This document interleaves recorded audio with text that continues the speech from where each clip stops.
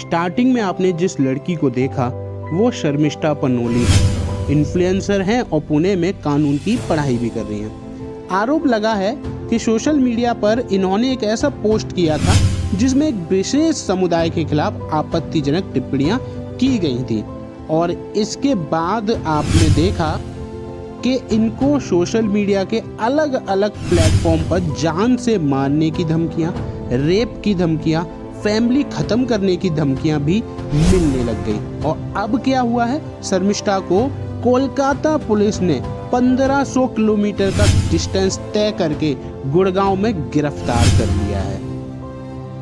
पूरा मामला जानने से पहले कुछ आपको फैक्ट्स दिखाता हूँ। ट्वीट आपके सामने है, नाम आप पढ़ पा रहे होगे, सयोनी घोष।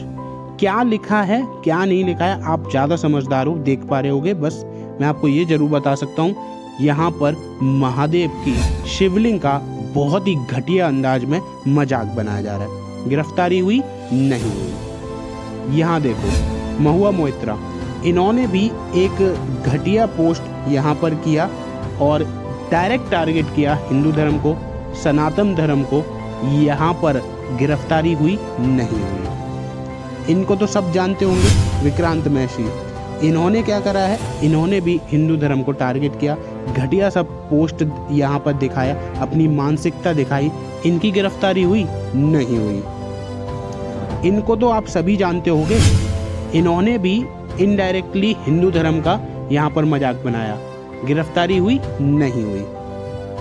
इससे बड़ा एग्जाम्पल मैं आपको क्या दूं, जहाँ पर हिंदू धर्म का ऐसा मजाक बनाया गया जो कि आज तक कभी भी कोई भी मूवी में नहीं बनाया गया।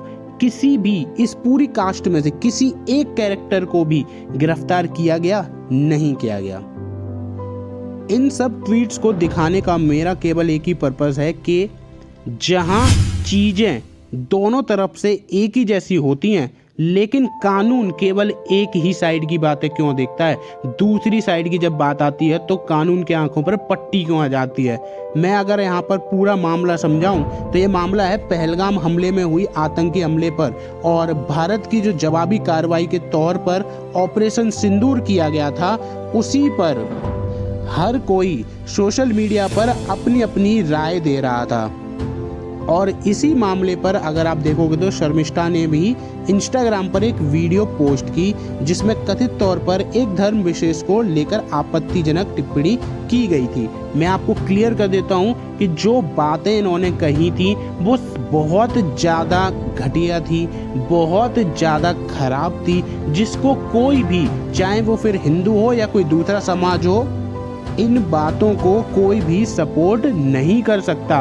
और ना ही मैं इस चैनल के माध्यम से इस बात को सपोर्ट कर रहा हूं। मैं भी डायरेक्टली बोल रहा हूं कि सच में भारत में कुछ ऐसे रेस्ट्रिक्शंस होने चाहिए कि आप केवल एक लिमिट के अंदर वो चीज़ आप बोल पाओ।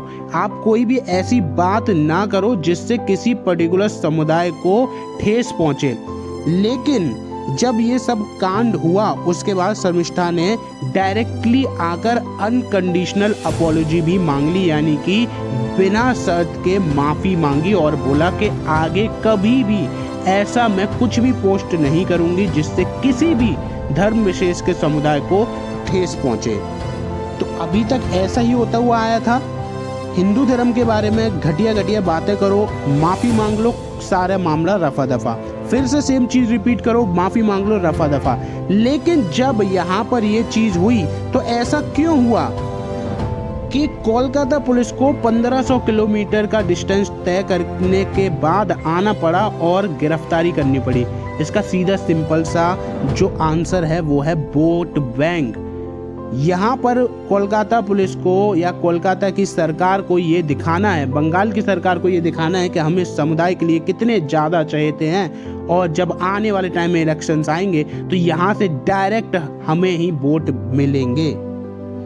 तो शर्मिष्ठा को तो यहाँ पर गिरफ्तार भी कर लिया गया है और लगभग 13 दिन की न्यायिक हिरासत में भी रखा गया है। वहाँ पर क्या क्या होगा क्या नहीं होगा उस 22 साल की लड़की के साथ वो तो कहना बहुत मुश्किल है, लेकिन ये चीज़ मैं आपको ज़रूर क्लियर कर देता हूँ कि मुझे बीजेपी सरकार से बिल्कुल भी उम्मीद तो है नहीं कि इस मामले पर वो कोई भी कदम उठाएंगे, क्योंकि बंगाल की जब बात आती है तो यहाँ बीजेपी सरकार के हाथ बिल्कुल खड़े हो जाते हैं, बिल्कुल आंख बंद हो जाती है।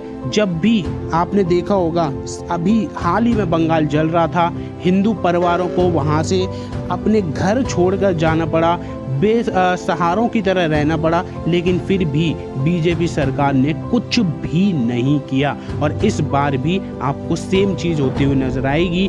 बंगाल की जो पुलिस है वो जो भी करना चाहे 22 साल की लड़की के साथ वो होगा, और यहाँ पर कुछ भी, कोई भी सरकार कुछ भी नहीं कर पाएगी।